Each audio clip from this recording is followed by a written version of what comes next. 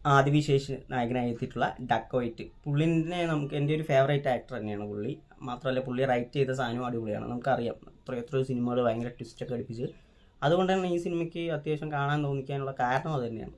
പക്ഷെ നോക്കുന്ന സമയത്ത് മറ്റ് സിനിമകളെ അപേക്ഷിച്ച് ഈ സിനിമ ഇത്തിരി ഡൗൺ തന്നെയാണ്. കാരണം ആ സിനിമകളെ പോലെയല്ല, ഒരു ടിപ്പിക്കൽ ഒരു കമേഴ്ഷ്യൽ ആക്ഷൻ റൊമാൻറ്റിക് സിനിമയാണ് ഡക്കോയിറ്റ് എന്ന് പറയുന്നത്.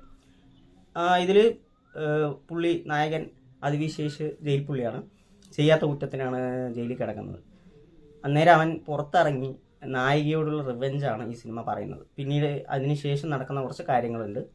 ആക്ച്വലി നമുക്ക് ഒരു സാധാരണ ഒരു ആക്ഷൻ റൊമാൻറ്റിക് പടങ്ങളിൽ കണ്ടുവരുന്ന ഒരു പാറ്റേൺ ഉണ്ടല്ലോ, അതിൽ തന്നെ പോകുന്ന ഐറ്റം സോങ്ങുള്ള, ഇടയ്ക്ക് ആക്ഷനുള്ള, ഹീറോയിസുള്ള, ഒരു ലവ് സ്റ്റോറിയുള്ള, വില്ലന്മാരുള്ള, ഇങ്ങനെ നോർമൽ പടം തന്നെയാണ് ഡക്കോയിറ്റ്. ഒരു പുതുമയൊന്നുമില്ല, പക്ഷെ അത്യാവശ്യം ഡീസൻ്റായിട്ട് വാച്ച് ചെയ്യാൻ പറ്റുന്ന ഒരു മൂവിയാണ് ഡക്കോയിറ്റ് എന്ന് പറയുന്നത്.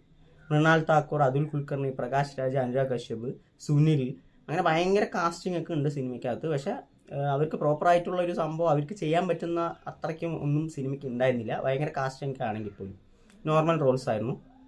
പിന്നെ ഈ സിനിമയ്ക്ക് എനിക്ക് പറയാനുള്ളത്, ഇവരൊരു പോയിന്റിൽ നായകനും കൂടെ ഒരു സംഭവത്തിൽ ഇറങ്ങിത്തിരിക്കുന്നുണ്ട്. അതൊക്കെ നൈസായിരുന്നു. പിന്നെ നായകൻ പോലീസിൻ്റെ നിന്ന് രക്ഷപ്പെടുന്ന സീന്, അതൊക്കെ കിടിലനായിരുന്നു. പിന്നെ എനിക്ക് ഇഷ്ടപ്പെട്ട ഒരു സീൻ എന്ന് പറഞ്ഞു കഴിഞ്ഞാൽ ക്ലൈമാക്സ് തന്നെയാണ്. ഭയങ്കര ടച്ചിങ് ആയിരുന്നു.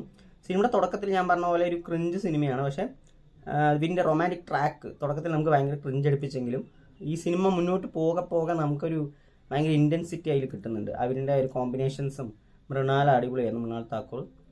അത് അതിൻ്റെ കോമ്പിനേഷൻസ് കാര്യങ്ങളൊക്കെ ഭയങ്കര ഇൻറ്റൻസിറ്റീവായി തോന്നി. അതുകൊണ്ട് തന്നെ ക്ലൈമാക്സ് അത്യാവശ്യം വർക്കിംഗ് ആയി. നമുക്ക് ബോറടി അങ്ങനെയൊന്നും വലുതായി തോന്നിയില്ലെങ്കിൽ പോലും മൊത്തത്തിൽ അത്രയ്ക്ക് അങ്ങോട്ട് ഗംഭീരമല്ല, എന്നാൽ കണ്ടിരിക്കാവുന്ന ഒരു സിനിമയാണ് ഡക്കോയിറ്റ്. അപ്പോൾ നിങ്ങൾ കാണുക, കണ്ട് നിങ്ങളുടെ അഭിപ്രായങ്ങൾ പറയുക.